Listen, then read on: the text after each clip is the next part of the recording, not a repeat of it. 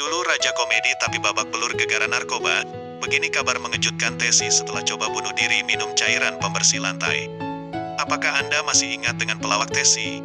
Selain jadi pelawak paling populer, siapa sangka kalau dulu ia adalah anggota marinir. Namun sayangnya, setelah terlibat kasus narkoba, ia kemudian jatuh miskin. Bahkan Tessy juga sempat mencoba bunuh diri dengan minum cairan pembersih lantai. Banyak yang tidak mengetahui kalau pelawak yang terkenal lewat Sri Mulat ini dahulunya merupakan seorang anggota marinir TNI. Pelawak kondang Indonesia ini merupakan anggota KKO TNI Angkatan Laut, sekarang Korps Marinir, untuk operasi pembebasan Irian Barat pada tahun-tahun 1961 sampai tahun 1963. Mundur dari Korps Marinir, Tessy memulai karirnya di dunia hiburan dengan bergabung grup lawak Sri Mulat pada tahun 1979. Karir Tessy bisa dibilang gemilang, karena pada 1961, pria kelahiran Banyuwangi itu pernah tercatat sebagai anggota KKO Angkatan Laut atau yang kini dikenal dengan nama Marinir dan terlibat dalam operasi militer pembebasan Irian Barat. Namun, jalan hidup berkata lain. Lantaran tidak didukung ibunya, Tessy memilih menanggalkan seragam tentara dan banting setir menjajal profesi lain. Tessy lantas bergabung dengan Sri Mulat Surabaya pada 1979, sebuah grup lawak yang sudah eksis mulai dekade 50-an. Pada zaman itu, grup lawak kerap berpindah tempat dari satu kota ke kota lain, atau dari satu pasar malam ke pasar malam lain.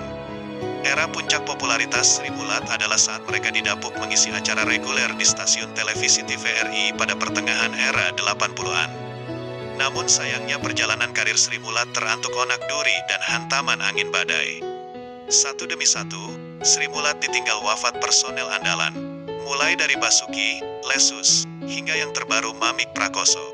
Dengan personel yang tersisa, bisa dibilang pamor grup lawak ini mulai turun. Belum lagi persoalan generasi yang mandek menambah oleng kapal Sri Mulat.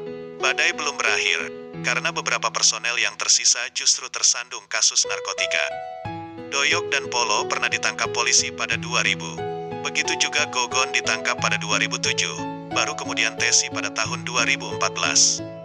Bahkan, Tessy sempat melakukan hal nekat berusaha mengakhiri hidupnya saat tertangkap. Ia pun sampai menenggak cairan pembersih lantai, untung saja ia segera dilarikan ke rumah sakit. Hal itu dilakukannya saat rumahnya digerebek oleh petugas dan ditemukan sabu di rumahnya. Setelah melewati proses hukum dan menjalani rehabilitasi, Tessy kini terbebas dari pengaruh narkoba. Ada yang menyebut kalau Tessy sempat jatuh miskin dan bangkrut karena tak lagi mendapat tawaran dari televisi. Namun ia membantah berita tersebut. Soalnya ia mengaku punya rumah 3 kafling di daerah Jakarta Timur. Anaknya pun membangun bisnis kuliner berupa sebuah rumah makan. Kisah hidupnya pun pernah dibuat film pada tahun 2016. Diketahui kini Tessy berusaha menjalani hidup sehat. Melihat maraknya kasus narkoba yang saat ini menjerat para artis, Tessy mengenang kembali masa-masa ketika dirinya terjebak dalam barang terlarang tersebut. Tessy berpesan kepada rekan sesama artis untuk berhenti menggunakan narkoba.